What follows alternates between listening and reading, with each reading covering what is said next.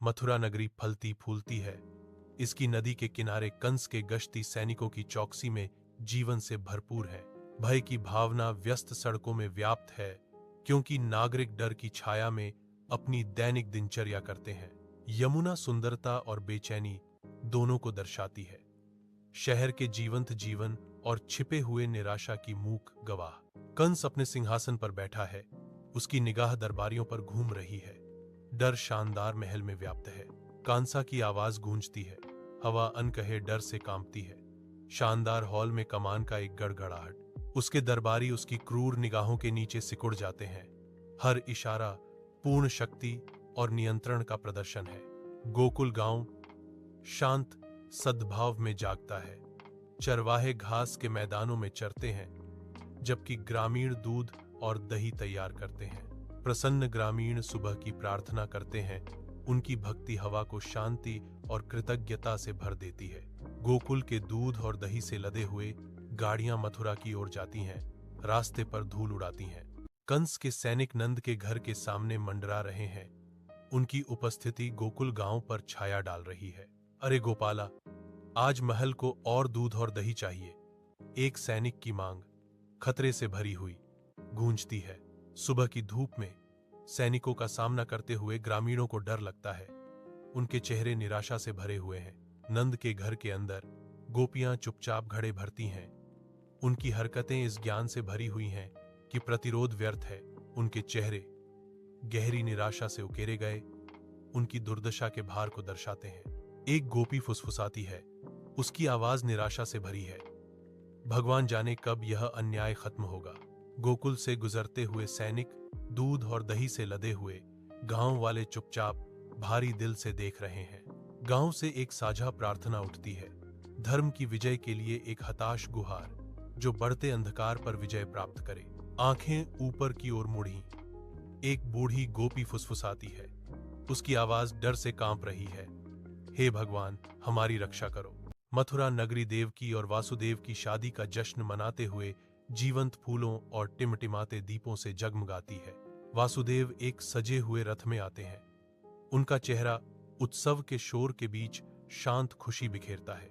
देवकी सजी संवरी मित्रों के साथ मंडप की ओर बढ़ती है। उसकी उपस्थिति तेजस्वी और शांत है। मंडप के अंदर पंडित मंत्रों का जाप करते हैं, क्योंकि देवकी और वासुदेव पवित्र अग्नि की परिक्रमा करते हैं। उनके चेहरे शांत हैं। देवकी और वासुदेव एक अलंकृत रथ पर सवारी करते हैं, जबकि उत्सव के गीत हवा में गूंजते हैं। उनके चारों ओर फूल बरस रहे हैं। मथुरा रोड पर खुशी के जश्न के बावजूद चिंता की एक छाया देवकी के चेहरे को काला कर देती है। शुभ दिन के बीच वासुदेव की आंखों में आशा और आशंका दोनों झलकती हैं। एक दिव्य आवाज गूंजती है, जुलूस रुक जाता है, घोड़े उछलते हैं, उनकी आंखें आदिम भय से चौड़ी हैं। मथुरा रोड पर उत्सव के माहौल को तोड़ते हुए हवा अशुभ शक्ति से कंपन करती है। ओ कंसा, 8वां पुत्र तेरा विनाशक होगा। दिव्य आवाज आकाश में गूंजती है। मथुरा रोड पर कंस का चेहरा डर और गुस्से से पीला से लाल हो जाता है। क्रोध से प्रेरित कंस अपनी तलवार निकालता है। धूप में स्टील भयावह रूप से चमक रहा है। वासुदेव चिल्लाते हैं, उनकी आवाज अविश्वास और दहशत से भरी हुई है। कंस, तुम क्या कर रहे हो? वह तुम्हारी बहन है। कंस अपने सिंहासन पर बैठा है, क्रोध से चमक रहा है, क्योंकि देवकी उसके सामने कांप रही है। वासुदेव बहादुरी से आगे बढ़ते हैं। राजा के क्रोध से देवकी के लिए सुरक्षा का एक कवच। अरे कंस, तुम एक निर्दोष महिला को मारो, यह तुम्हें शोभा नहीं देता। वासुदेव ने अत्याचारी को चुनौती देते हुए कहा। कंस की अदालत में वासुदेव रुक जाता है। उसकी निगाह दृढ़ संकल्प के साथ सख्त हो जाती है। मैं वादा करता हूं, वासुदेव दृढ़ संकल्प के साथ घोषणा करता है, मैं व्यक्तिगत रूप से देवकी के हर बेटे को आपके सामने लाऊंगा।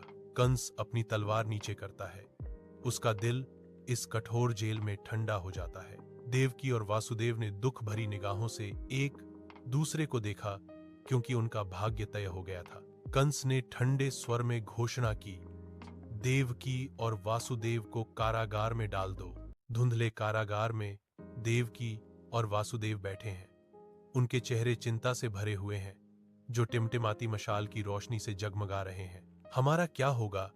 देवकी ने पूछा। उसकी आवाज निराशा से भरी हुई थी, ठंडी पत्थर की कोठरी में गूंज रही थी। वासुदेव ने जवाब दिया, हमें धैर्य रखना होगा, ईश्वर में विश्वास रखो। उनके शब्द अंधकार में आशा की किरण थे। कंस महल की छत पर अकेला खड़ा है, उसका सिलहूट रात के आकाश के खिलाफ स्पष्ट है। चिंता उसके चेहरे पर गहरी अंकित है। मैं मथुरा का शासक हूं, कोई मुझे नुकसान नहीं पहुंचा सकता, कंस घोषणा करता है, जो उसके बढ़ते डर को छिपाने का एक हताश प्रयास है। आकाश से एक भयानक भविष्यवाणी गूंजती है, 8वां पुत्र तुम्हारी मृत्यु होगा, जिससे कंस डर से कांप उठता है। कंस अपने कक्ष में टहलता है भूतिया, नींद उसे चकमा देती है।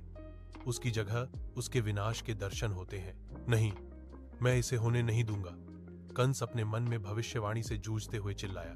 कंस ने आज्ञा दी, देवकी और वासुदेव पर कड़ी नजर रखो, उसे मार डालो। एक अंधेरे कमरे में मशाल की रोशनी में देवकी प्रार्थना करती है, उसके चेहरे पर चिंता अंकित है।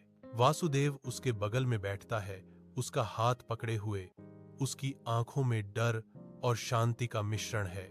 मंद प्रकाश नृत्य करता है, उनकी साझा चिंता और शांत संकल्प को उजागर करता है।